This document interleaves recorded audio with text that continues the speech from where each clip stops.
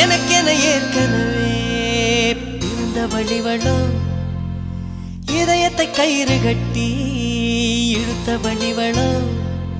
ஒளி சிந்தும் இரு கண்கள் உயிர் வாங்கும் சிறு இதழ்கள் என்னுள்ளே ஏதேதோ